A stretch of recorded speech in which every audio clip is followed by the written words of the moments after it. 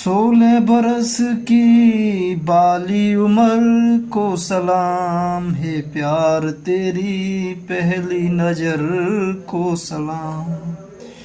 दुनिया में सबसे पहले जिसने ये दिल दिया, दुनिया के सबसे पहले दिलवर को सलाम है, प्यार तेरी पहली नजर को सलाम।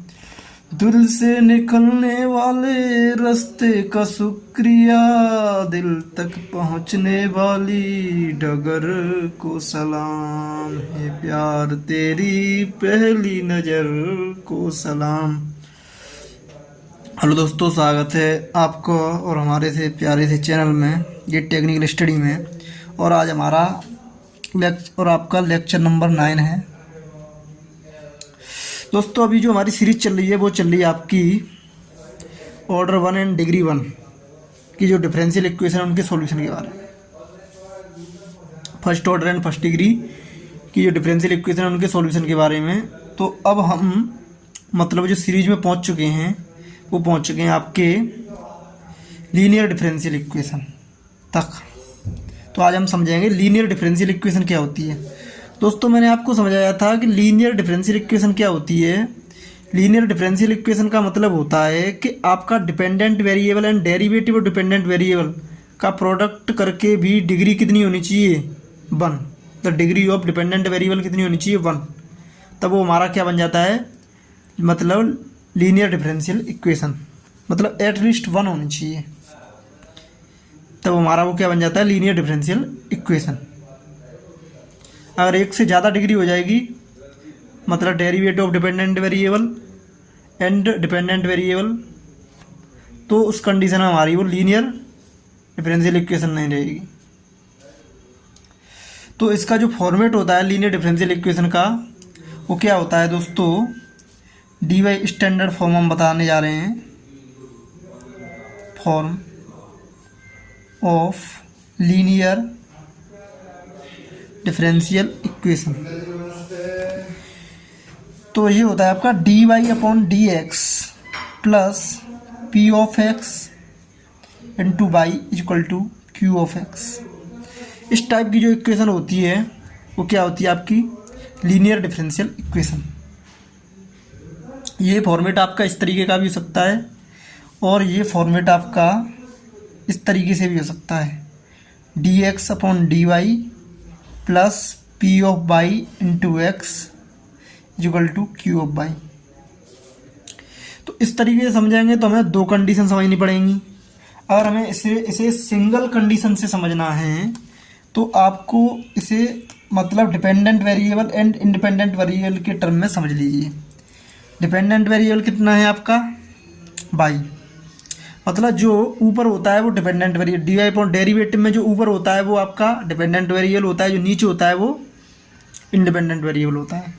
सीधा सीधा ये समझ लीजिए। डिपेंडेंट वेरिएबल वो होता है जो इंडिपेंडेंट वेरिएबल पर डिपेंड करे।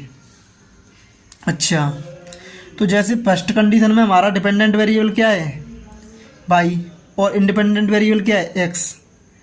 तो हमारे पास मतलब अगर आपका यहाँ पर ऊपर डिपेंडेंट वेरिएबल है तो मतलब जो p के फंक्शन में मल्टीप्लिकेशन होगा वो किसका होगा, डिपेंडेंट वेरिएबल का। और जो नीचे x है मतलब इंडिपेंडेंट वेरिएबल है, उस अगर नीचे इंडिपेंडेंट वेरिएबल x है तो जो p और q होंगे वो किसके फंक्शन होंगे, x के फंक्शन होंगे। तो जो p और q होंगे वो हमेशा फंक्शन ऑफ इंडिपेंडेंट वेरिएबल होंगे और जो मल्टीप्लिकेशन होगा p में वो हमेशा डिपेंडेंट वेरिएबल का होगा। तो आप लिख सकते हैं where standard form of linear differential equation में p and q are function of independent variable, ठीक है। एंड p के साथ जो मल्टीप्लिकेशन होगा वो किसका होगा, फंक्शन ऑफ डिपेंडेंट वेरिएबल का। p multiplication of p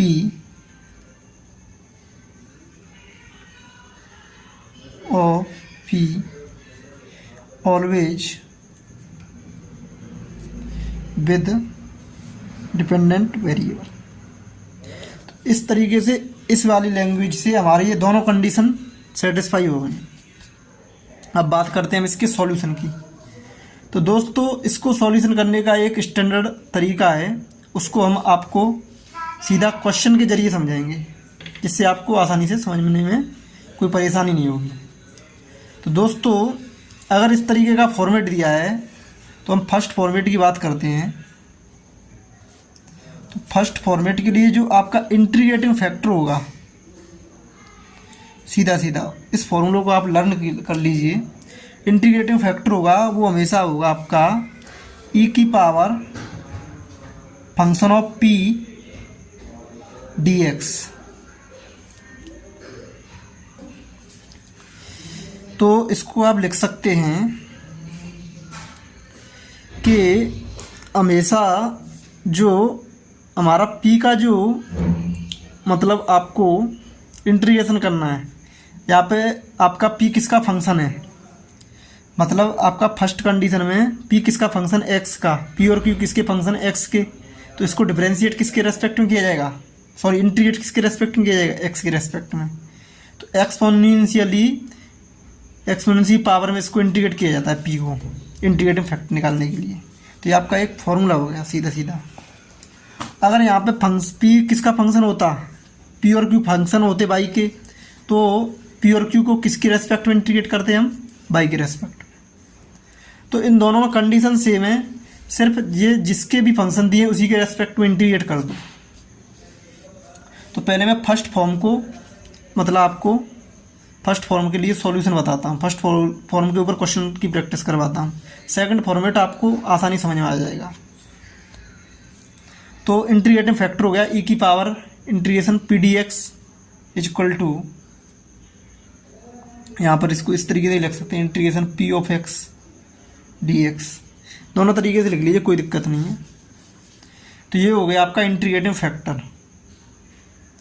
integrating factor का मतलब होता है दोस्तों कि हम इसका मल्टीप्लिकेशन करके दोनों साइड्स को डायरेक्ट इंटीग्रेट कर सकते हैं, ये होता है। इसको हम आगे समझेंगे, मतलब exact differential equation and non exact differential equation. उस कंडीशन में आपको ये सारी चीज़ें समझ में आ जाएगी, इंटीग्रेटिंग फैक्टर का क्या मतलब होता है। फिलहाल में आप इसको लर्न कर लीजिए और इसके ऊपर जो भी क्वेश्चन है उनकी प्रैक्टिस कर लीजिए, क्योंकि हमें अभी समझ रहे हैं हम मतलब solution of differential equation of first order and first degree, first order and first degree के जितनी भी डिफरेंशियल इक्वेशन है उनके सॉल्यूशन को निकालने के लिए। तो ये आपकी क्या ट्रिक है, तो ये ज़्यादा सारी ट्रिकें ड्राइव की गई थी मतलब इस तरीके से कि उसका हमें सॉल्यूशन निकालना है, चाहे वो किसी भी तरीके से हो, प्रॉपर तरीके से मैथमेटिकली। तो मैथमेटिकली जो इक्वेशंस हैं उसमें अपना माइंड लगा के, जो मतलब मैथमेटिशियन थे उन्होंने अपना माइंड लगा के नए नए तरीके निकाले, और उसी फॉर्मेट में अब हमारा जो चल रहा है सीरीज वो चल रही है लीनियर डिफरेंशियल इक्वेशन की। ये काफ़ी पॉपुलर है मैथमेटिक्स के अंदर। अब बात करते हैं दोस्तों इसके सॉल्यूशन की। इंटीग्रेटिंग फैक्टर है, अब इसकी सॉल्यूशन की। सॉल्यूशन इसका काफ़ी ईजी है। सॉल्यूशन आपको याद करना है, मतलब by into integrating factor. By हो गया मतलब डिपेंडेंट वेरिएबल के साथ हमेशा मतलब मल्टीप्लाई किया जाएगा किसका, इंटीग्रेटिंग फैक्टर का, is equal to integration of आपके पास q जो फंक्शन है q इंटू इंटीग्रेटिंग फैक्टर, और q को किसके रेस्पेक्ट में, dx के रेस्पेक्ट में, क्योंकि q और pq किसके मतलब दे दिए फंक्शन x के, तो इसको x के रेस्पेक्ट में इंटीग्रेट कर दो प्लस c। तो इस तरीके से आपका ये क्या हो गया, सॉल्यूशन हो गया। इसको आप लर्न कर लीजिए। तो चलिए हम फर्स्ट जो फॉर्मेट है उसके ऊपर क्वेश्चन सॉल्व करते हैं। तो ले लीजिए क्वेश्चन लेते हैं इसके ऊपर और बाकायदा उसका सॉल्यूशन आपको निकाल के बताते हैं। तो क्वेश्चन नंबर फर्स्ट मान लो आपका दिया है,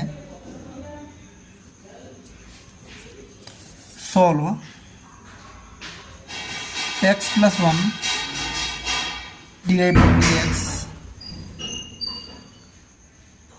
minus y is equal to की पावर एक्स प्लस वन का होल स्क्वायर। तो इस तरीके से आपका ये क्वेश्चन दिया है। तो दोस्तों हमेशा याद रखना कि लीनियर डिफरेंशियल इक्वेशन को सॉल्व करने के लिए सबसे पहले जो भी कैसा भी फॉर्मेट दिया है उसको आपको समझना है कि ये लीनियर डिफरेंशियल इक्वेशन है या नहीं। भाई कोई भी चीज़ अप्लाई करने से पहले हमें ये तो पता होना चाहिए कि ये चीज़ इसमें कौन सा मेथड लगेगा। सबसे पहले आपको चेक करना पड़ेगा इस क्वेश्चन को कि ये लीनियर डिफरेंशियल इक्वेशन है या नहीं। तो हमेशा जिसका ईच टर्म की जो डिग्री होनी चाहिए वो एटलीस्ट 1 होनी चाहिए, मतलब 1 से ज़्यादा नहीं होनी चाहिए। तो फर्स्ट टर्म की डिग्री कितनी है, डिग्री ऑफ डिपेंडेंट वेरिएबल कितनी है 1, डेरिवेटिव के फॉर्म में लिखा है, लेकिन बाई पे पावर कितनी है 1। तो ये क्या है, इसकी डिग्री ऑफ डिपेंडेंट वेरिएबल कितनी है 1। इसमें सेकंड टर्म में डिग्री ऑफ डिपेंडेंट वेरिएबल कितनी है 1, और डिग्री ऑफ डिपेंडेंट वेरिएबल यहाँ पे कितनी है 0। मतलब एटलीस्ट 1 डिग्री होनी चाहिए, at least 1 degree of dependent variable, तब हम कह सकते हैं कि ये क्या है आपकी लीनियर डिफरेंशियल इक्वेशन। तो at least 1 degree of dependent variable, तभी कह सकते हैं कि हमारा क्या है ये लीनियर डिफरेंशियल इक्वेशन। अब पता लग गया हमको ये क्या है लीनियर डिफरेंशियल इक्वेशन। तो सबसे पहले अब इसको स्टैंडर्ड फॉर्म में कन्वर्ट करो। स्टैंडर्ड फॉर्म इसका क्या होता है, D Y upon D X plus P D X equal to Q. अच्छा, तो इसमें जो x प्लस 1 है, अगर x प्लस 1 से पूरी इक्वेशन को बोथ साइड्स आप डिवाइड कर देंगे तो आपको स्टैंडर्ड फॉर्म में इक्वेशन प्राप्त हो जाएगी डिफरेंशियल इक्वेशन। तो D Y upon D X minus by upon X plus 1 हो जाएगा यहाँ पे इक्वल टू ई की पावर एक्स प्लस 1 का होल स्क्वायर, एक एक्स प्लस 1 से एक एक्स प्लस 1 कट जाएगा, तो ई की power X into X plus 1 बचेगा। ये आ गई आपकी क्या मतलब स्टैंडर्ड फॉर्म में लीनियर डिफरेंशियल इक्वेशन। अब इसको कंपेयर कर लीजिए इसकी स्टैंडर्ड फॉर्म से। तो D I upon D X plus P of X into by equal to Q of X, ये होती है आपकी स्टैंडर्ड फॉर्म।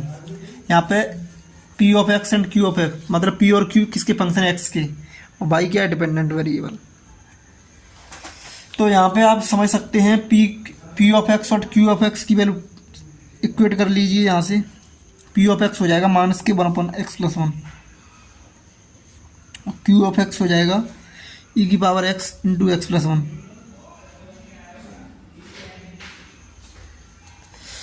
अब दोस्तों हम नेक्स्ट पेज पे सॉल्व करते हैं इसको। चलिए, तो अब यहाँ से P और Q की वैल्यू निकालने के बाद आपको निकालना पड़ेगा इसका इंटीग्रेटिंग फैक्टर। इसको हम नेक्स्ट पेज पे करते हैं। दोस्तों जो लीनियर डिफरेंशियल इक्वेशन का जो फॉर्मेट है वो काफ़ी इजी है। आप जैसे ही प्रैक्टिस करेंगे तो आपको काफ़ी इजी लगने लगेगा। अभी आप पहली बार करेंगे तो आपको थोड़ा टाइम लगेगा। अगर आपने 12th में प्रैक्टिस की होगी तो ये आपके लिए काफ़ी इजी है। तो इंटीग्रेटिव फैक्टर का आप फॉर्मूला लिख लीजिए, क्या होता है।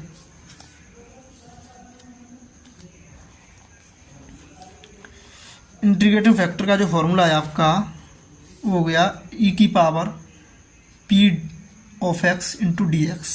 अगर पी एक्स का फंक्शन है तो डी एक्स के रेस्पेक्ट में इसको इंटीग्रेट करो। अगर p आपका किसका फंक्शन है y का होता तो इसको dy के रेस्पेक्ट में इंटीग्रेट करते हैं।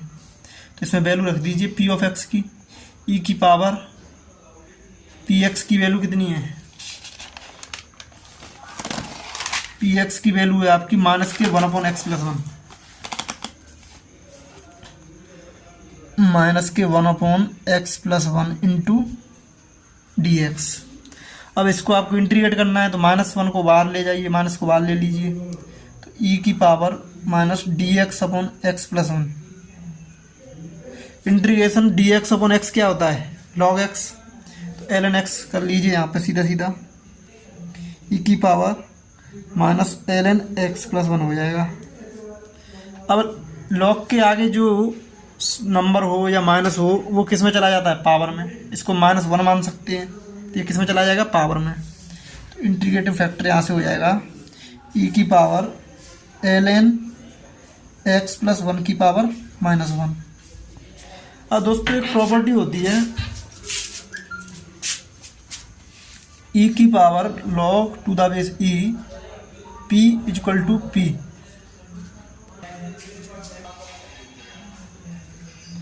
तो दोस्तों ये प्रॉपर्टी का आप यूज कर सकते हैं। तो यहाँ से e की पावर में ln का मतलब होता है log e, तो यहाँ से बचेगा आपका x प्लस 1 की power minus 1।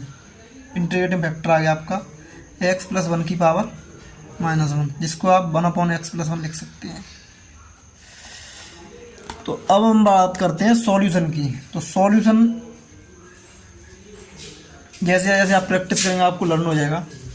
Dependent variable into integrating factor is equal to function of q into integrating factor is equal into जो फंक्शन हमारा q का होगा, q किसका फंक्शन x का, तो इसको x के रेस्पेक्ट में इंटीग्रेट कर दीजिए प्लस c। मैं आपको इसलिए बता रहा हूँ इस तरीके से क्योंकि इससे आपको कभी भी मिस्टेक नहीं होगी, आपको ना तो रटने की जरूरत पड़ेगी ना आपको मिस्टेक होगी। यहाँ पर आपका हमेशा क्या होगा, डिपेंडेंट वेरिएबल होगा, चाहे dx अपॉन dy लिखा हो या dy अपॉन dx लिखा हो। यहाँ पर डिपेंडेंट वेरिएबल को आप समझ जाएंगे, तो यहाँ पर डिपेंडेंट वेरिएबल और इंटीग्रेटिंग फैक्टर का मल्टीप्लिकेशन कर दो। अब इंटीग्रेटिंग फैक्टर में जो p और q आपने यूज किए होंगे उनमें जो वो जो जिस फंक्शन के होंगे उसी के फंक्शन के रेस्पेक्ट में इंटीग्रेशन होगा, समझ रहे हो। चाहे वो इंटीग्रेटिव फैक्टर में इंटीग्रेशन हो या यहाँ पे इंटीग्रेशन हो, इंटीग्रेशन हमेशा जो p और q जिसके भी फंक्शन होंगे y के हों या x के हों उसी के रेस्पेक्ट में इंटीग्रेट करेंगे। प्लस यहाँ कांस्टेंट आता है, किस लिए आता है वो आपका मतलब इनडिफाइनाइट इंटीग्रेशन में हमेशा प्लस c लेके सॉल्व होता है, सॉल्यूशन निकालते हैं। तो क्योंकि यहाँ पे हमारी जो साइड है वो सॉल्व हो चुकी है, इसलिए हमने यहाँ पे पहले से लिख दिया। चलो आगे बढ़ते हैं, करते हैं सॉल्व। इसमें वैल्यू पुट कर दीजिए, जो भी आपने वैल्यू निकाली, इंटीग्रेटिंग फैक्टर आया है, जो भी फंक्शन ऑफ क्यू एक्स आया है वो सारी वैल्यू रख दीजिए और सॉल्व कर लीजिए इंटीग्रेशन को, आसानी से आंसर आ जाएगा। बाई इंटू इंटीग्रेटिंग फैक्टर कितना हो गया आपका 1/x plus 1 equal to function of Q X कितना है इसको आप देख लीजिए, ई की power X into X plus 1, E की power X into X plus 1। Integrating factor कितना है 1/x plus 1 into D X plus C by upon X plus 1 equal to E की एक्स प्लस 1 से एक्स प्लस 1 कैंसिल हो गया, integration E की power X D X plus C. यहाँ से by upon X plus 1 equal to E की power X का integration E की पावर एक्स होता है प्लस सी। अब चाहते हैं तो आप साइड मल्टीप्लाई कर सकते हैं, by equal to X plus 1 into E की पावर एक्स प्लस सी। ये आपका आ गया solution, solution of differential equation. तो दोस्तों अभी मैंने जो फॉर्मेट कराया आपको dy अपॉन dx के ऊपर कराया है। अब मैं एक सेकंड क्वेश्चन लूँगा, उसमें आपको dx अपॉन dy के ऊपर क्वेश्चन करा के दिखाता हूँ।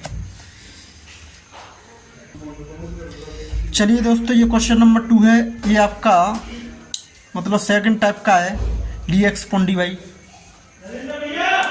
तो इसको हम समझते हैं। चलो दोस्तों सॉल्व करते हैं क्वेश्चन नंबर 2, जो कि सेकंड जो फॉर्मेट था उसके ऊपर है। इसमें क्या है, कह रहा है ये कि आपका जो dy अपॉन dx है, dx अपॉन dy है,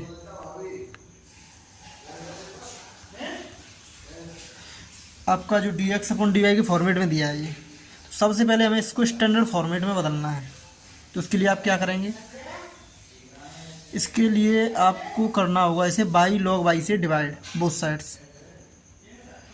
तो D by solution by log Y into D X upon D Y plus X equal to log Y. अब इसको बाई लॉग वाई से कर दो डिवाइड बोथ साइड्स। तो D X upon D Y plus X upon by log Y, और log Y को by log Y से divide करेंगे। तो लॉग वाई से लॉग वाई कट जाएगा, तो यहाँ पे 1/y बचेगा। तो D X upon D Y plus X upon by log Y equal to 1/y। दोस्तों आप सोच रहे होंगे यहाँ पे, तो यहाँ पे आपका डिपेंडेंट वेरिएबल क्या है x। अगर इसको हम चेक करेंगे कि ये आपका लीनियर है या नहीं, तो इसमें डिग्री कितनी है, मतलब डिपेंडेंट वेरिएबल की 1, यहाँ पे भी डिग्री कितनी है 1, यहाँ पे डिग्री कितनी हो जाएगी 0। तो मतलब एटलीस्ट 1 डिग्री है डिपेंडेंट वेरिएबल की, इसीलिए ये क्या है आपका लीनियर डिफरेंशियल इक्वेशन।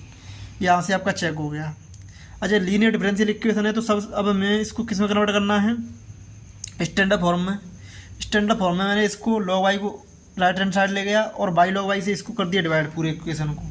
तो बाई लॉग वाई से डिवाइड करने पर क्या हो गया कि ये तो कट ही जाएगा और यहाँ पर X upon by log Y आ गया, वहाँ पर लॉग वाई से लॉग वाई कट गया, 1 अपॉन बाई बचा।